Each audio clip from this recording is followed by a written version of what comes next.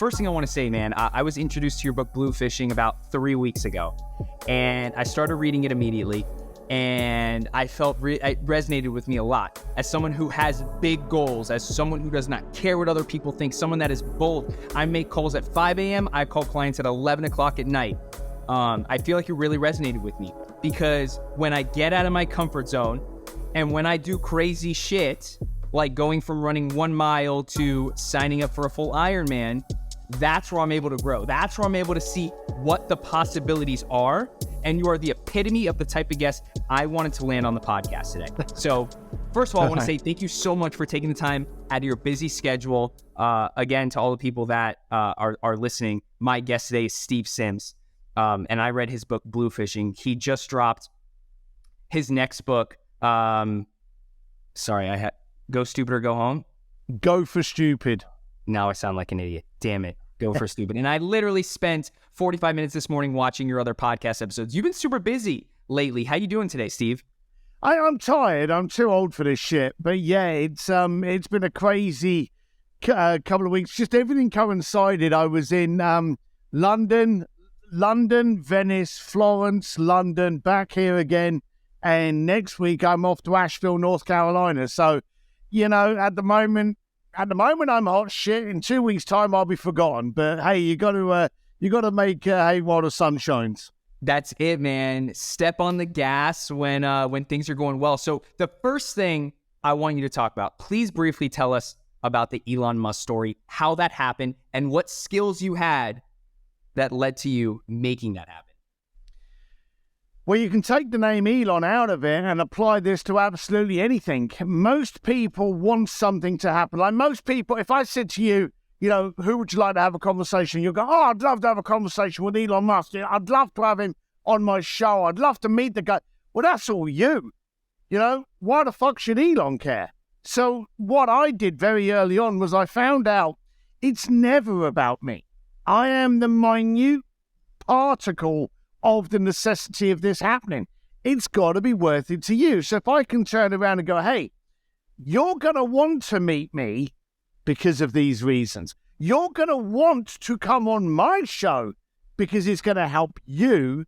Then all of a sudden you flip the tables. I had a lot of very affluent people that were interested in space. This was before Elon got involved with NASA. And now they're actually an official collaboration.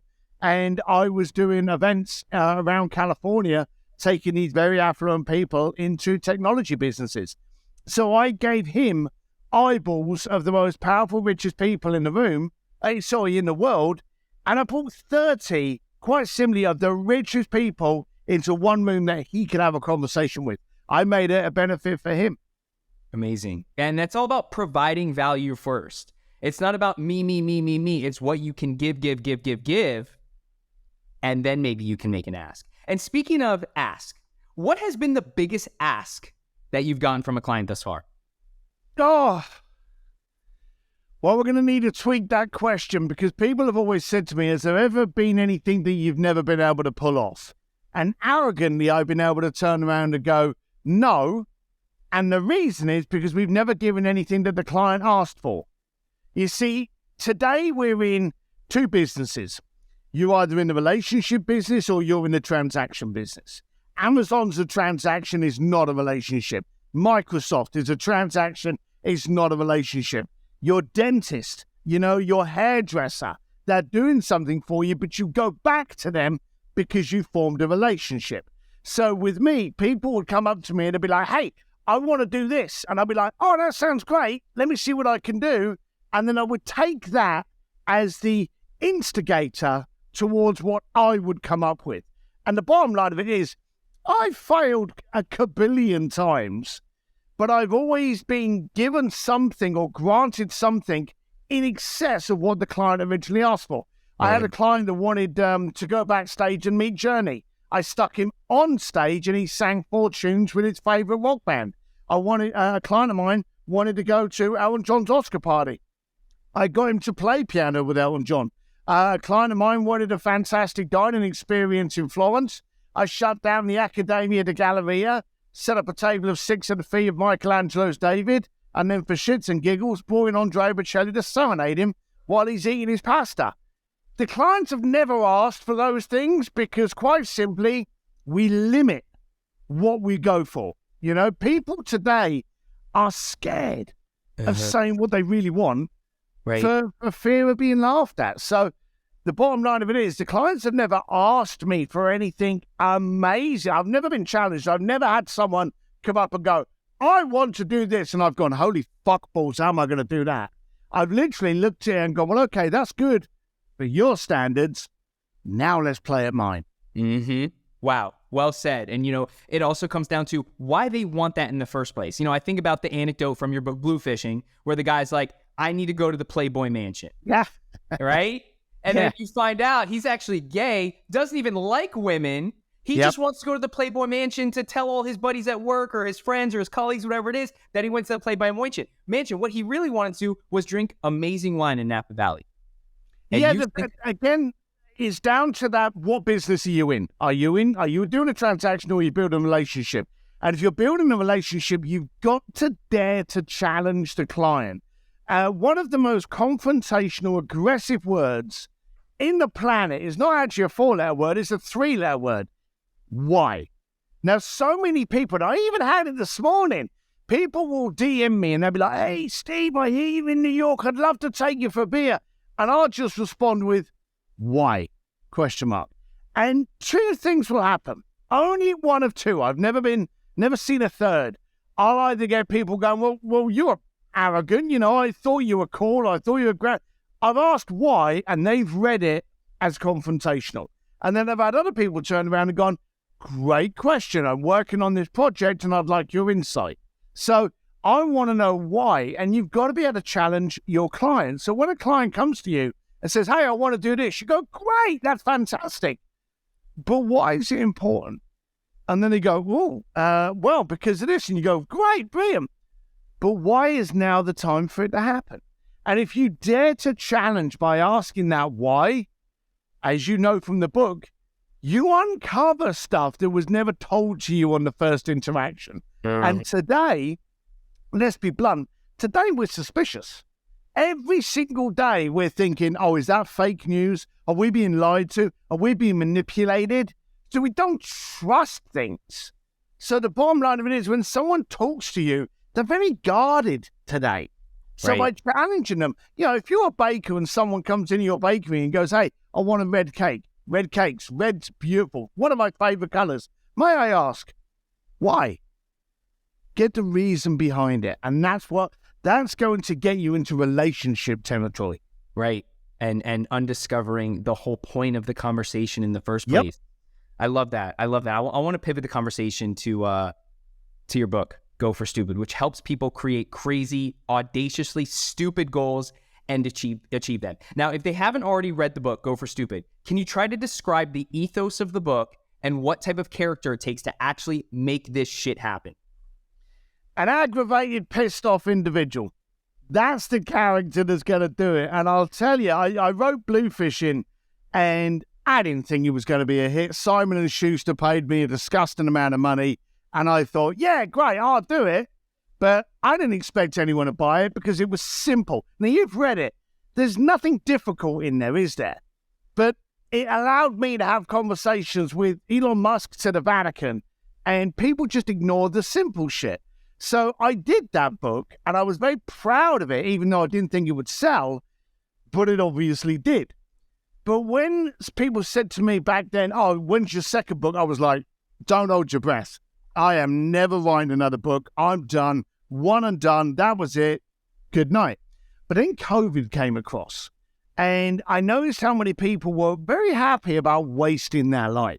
And it bothered me. And I got really aggravated. And I started putting out, not very subtle memes about these idiots that were hell-bent on just binge-watching Netflix rather than using this time that we'd been given. And I started doing, people were like, you should put that anger in a book. And I did. And then I realized that it's aggravated oysters that make pearls. And really today, we've got great opportunities. We are, and depends on who you talk to, we're either in a recession, we are about to go into a recession, We're about to go into a spiral. But during that period, there's going to be a lot of people made richer because they look at opportunities. And I'll give you an example. It's actually in the book. Actually, have you read Go for Stupid yet? I have not read Go for Stupid, but I bought it on Amazon this morning. Good. So you won't know this example. But, you know, I'm sure you've been in a car park or a car dealership or something like that, and you walk past this car, and you've seen this car, and it's yellow, it's green, and it's a weird color, and you're like, damn, I've never seen that color of car before. And then you're driving down the road. What's the only color of car that you can see? It's that color, isn't it? You know, your mind has been opened up to that color. It's like you hear a tune on the radio and you go, God, I hate that tune. Or you hear an advert and you hate the advert sing-along, the jingle. What's the only bloody thing that keeps playing the following day is that damn jingle. The bottom line of it is your mind opens to what you're receiving. When you notice that jingle and you put a trigger to it, that's all your mind's searching for. It's almost searching for that annoying jingle. When you see that weird color car, that's all your mind sees. But when you train your mind to recognize opportunity, that's all it gets to see. Yeah. Right. And we've just gone through COVID. Here's a little fun fact for you, and it was actually done by the BBC. And I'm not saying it because it was British, but the BBC came out with a report that in the 2 years of COVID, the only time ever since the birth of man where the entire world has shared the same problem. See, get this. During the World War, Iceland wasn't involved. Australia wasn't having a problem. You know, New Zealand was okay. There was a lot of countries that were not involved in the World War. But you could have cold called any country in the planet during COVID and gone, hey, how's COVID treating you? And they would have had a conversation with you. Right. Because there was no country that wasn't hit with COVID. But during those terrible, terrible 2 years, over 5 million new millionaires were registered. Wow. First-time millionaires during the worst 2 years of our life.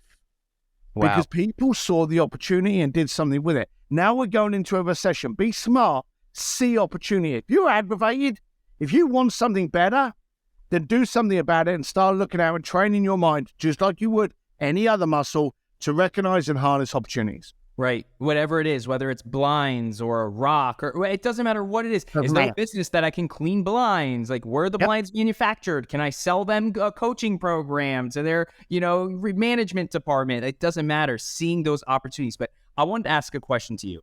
How does someone who doesn't really have a lot of goals, maybe they want to save 20 grand, or maybe they want to start a business or start a podcast, whatever it may be. How do they create ridiculous goals in the first place? Like, what if their mind is just so limited in the first place that they don't even know that they don't know that their mind is limited, so they can create those audacious goals? Because as far as me goes, not to make this about myself, but I have really high goals. I want to make a lot of money. I want to publish a ton of, this podcast, by the way, if you type in life coach, we're at the top. You type in live better, we're at the top. Like, that was a goal I want. I want to be on the front page of Apple, and we're doing it.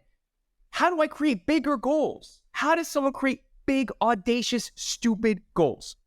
We've just spoken about two people. You said in your first statement, and you can rewind this and listen to it, what about someone that doesn't have big goals that wants to start a business? Okay? That doesn't happen. The person that wants to start a business is aggravated with the business they are in, or they're aggravated with the freedom, or they're aggravated with the control they don't have. It always starts from aggravation.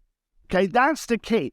People think aggravation is a bad thing. Whenever I coach people, the first thing I'm looking for is aggravation. Are you happy? Are you comfortable? Do you have the money you want? Do you have the clients you want? Do you have the relationship you want? Do you have the brand you want? And if I'm getting yeses, they're not my client. But I get the people going, well, yeah, I'm making this kind of money, but it's not enough. I've got this kind of business, but I don't like the clients I'm with. I'm in relationships, but they're a shackle to my creativity. It always starts from being aggravated. So if you're aggravated, the first thing you should do is check your standards. And that doesn't cost money. That's the beautiful thing here. Check your standards. Where do you go and eat? How do you eat? When you walk into your local cafe and you get a table by the toilet, that dictates your standards. If you go to a restaurant and you don't like the table and you go, excuse me, I'm not happy with this table. Could I please have that table over there? That's commanding standards. You get a drink given to you at a bar and there's too much ice in it or it tastes like shit and you go, excuse me, I'm sorry. Could you remake that for me? You don't have to be rude, but you're escalating your standards. And here's one standard you should always start with. Your circle. Okay? When you're coming out with a brand, you know this. I don't know you, but I know you're going to know this example. You know when you've got this aggravation, this energy, this dream, this desire, this foresight of your dream. And you sit there with your mates and you're going, boys, I'm going to do this and I'm going to be on the front page and this is going to happen. And then I'm going to get Steve Sims on my podcast. And you start spouting all of this excitement and your friends glaze over like they were deer in headlights. And two things happen. You either get up and walk away and find new friends that will challenge you, or you sit there and you go, oh, I don't know what was happening. Someone must have spiked my drink. I'm all right. I'm back now. Sorry, guys. I was having a... And you dull down your dreams and desires to meet the standards of lesser mortals. Now, the bottom line of it is, and I don't know if this statistic is accurate, but fuck it, I think it is. 80% of the planet works for 20%. And that 80% is very fucking noisy. We are the outsiders. Anyone you can think of today that you like, you know, Steve Jobs, Elon Musk, you know, I'm picking on all the boys here, but any of the people that you admire today stood out.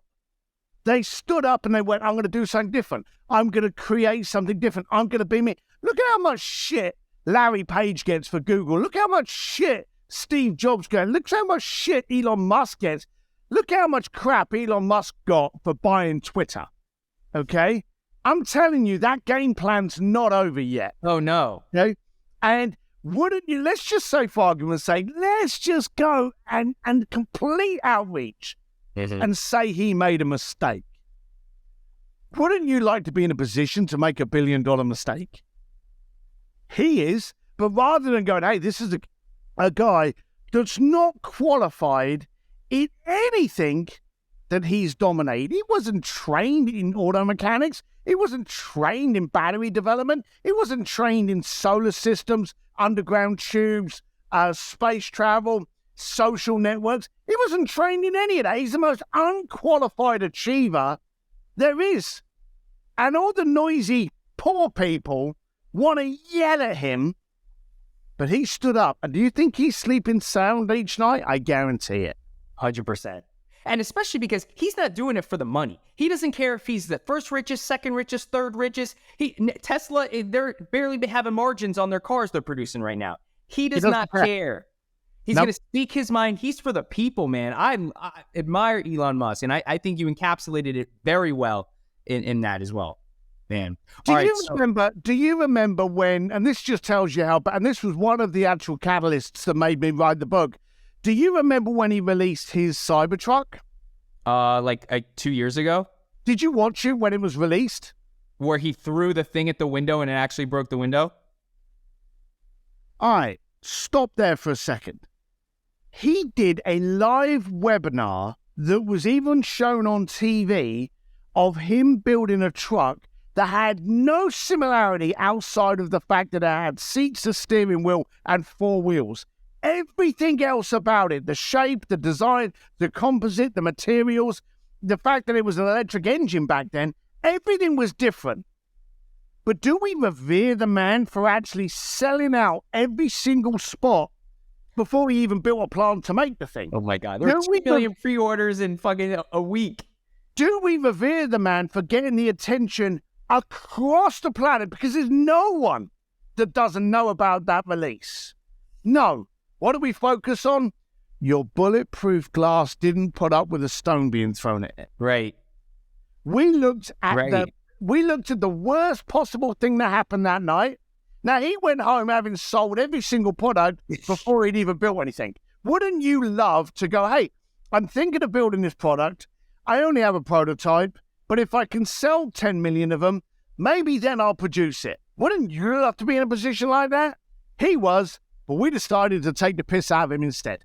Right. That's so true. And for all the people that are listening, don't know what we're talking about. So Elon Musk claims that the window was bulletproof. He threw a hammer or a stone or something, and it broke the window. And in that moment, he looked like an idiot, or he looked like, it didn't look good. But to your point of, hey, he sold 10 million pre-orders. And even though the Cybertruck, I don't know if they started production, it's going on kind of soon, or like going to be really soon, or maybe it just happened. I'm on the list. I don't know, maybe you're on the list. But, I got my reserved, and I drive a Model S right now. I've been driving it for 3 years, and I freaking love it. Yeah, man, that is a great point. So actually, let me ask you this, kind of piggybacking off of that. So how do you think, and I know it's could be a long answer, but I want to keep a really, really short answer. How did Elon Musk get there then? Like, what quality trait was it? What discipline did he have?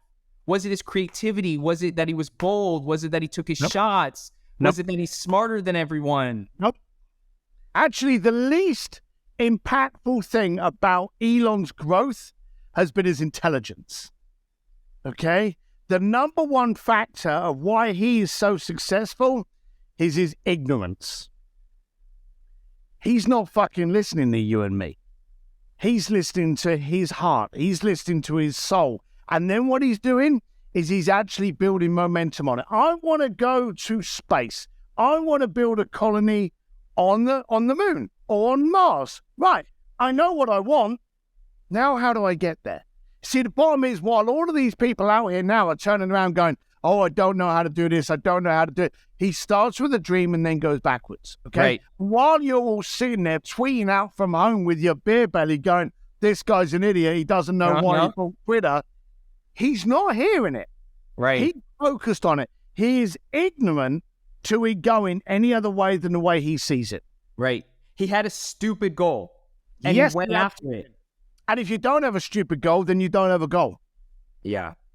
That makes me really think, and I cannot wait to get my hands on this book. And I'm just like, my goals, I feel like they're really big. And that situation that you described probably 5 minutes ago about being in the circle with your buddies, and you're talking about, I'm going to have a podcast on the front page of Apple Podcasts when you type in these keywords, and I'm going to have Steve SIMS on my podcast. You're one of, I think now 10 New York Times bestselling authors I've had on my podcast. And I'm like, I've been in that situation way too many times. And I went as the lone wolf. I'm like, I'm not going to try to change anyone's mind.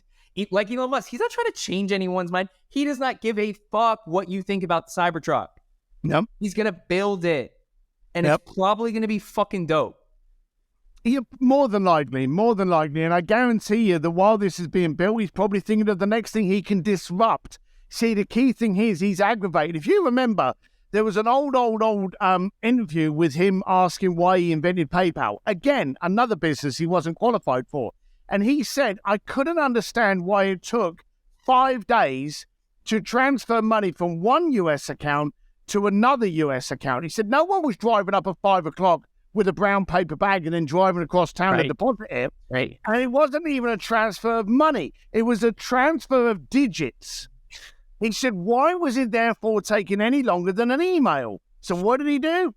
He invented PayPal. He solved his problem and then went, do you have that problem? And of course, everyone did. Now PayPal's got everything. The funny thing is now, every bank's using Venmo and Zelle and all these kind of things because he was aggravated enough. Now the banks, hey, they were getting 4 to 5 days to play around with your money.